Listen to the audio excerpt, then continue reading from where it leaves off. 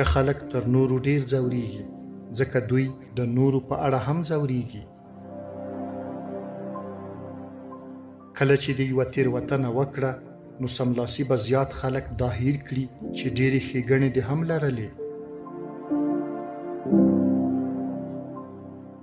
خلک ځکه له تاسو د عاید پوښتنه کوي چې په هماغه اندازه مو احترام وکړي.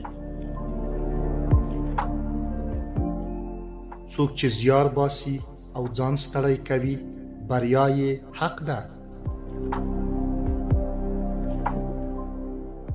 په خلکو حکومت کول ګران نه، په هغوی د پوهو او لایقو کسانو پیژندل ګران دي.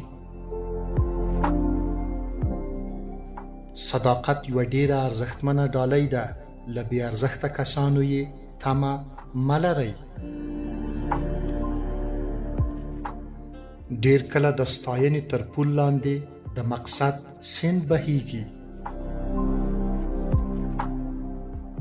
غوره انسانان هغه دي چې کله ورسره کینې، چای دې سوړ او زړه دې ګرم شي.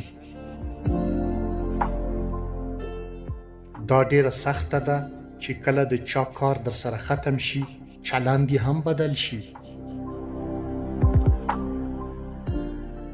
هغه څوک چې په هیڅ نه پوهیږي، د هیڅ شي په باره کې شک هم نه کوي.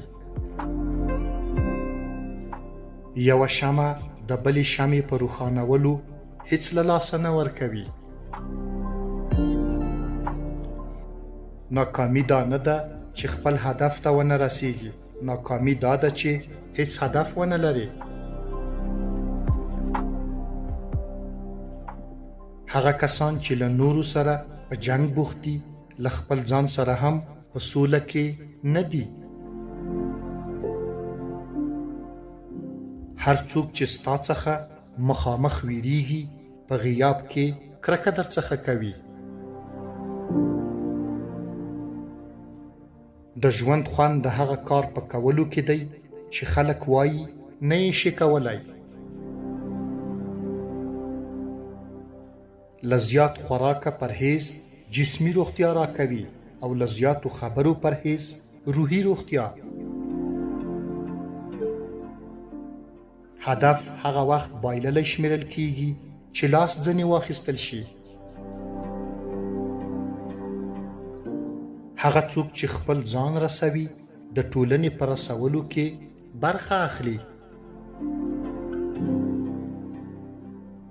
د انسان د واقعي شتمنۍ اندازه هغه وخت ښه څرګندېږي چې خپلې ټولې پیسې بایلوي. د لویو کارونو کولو یوازینۍ لاره دا ده چې مینه ورسره ولري.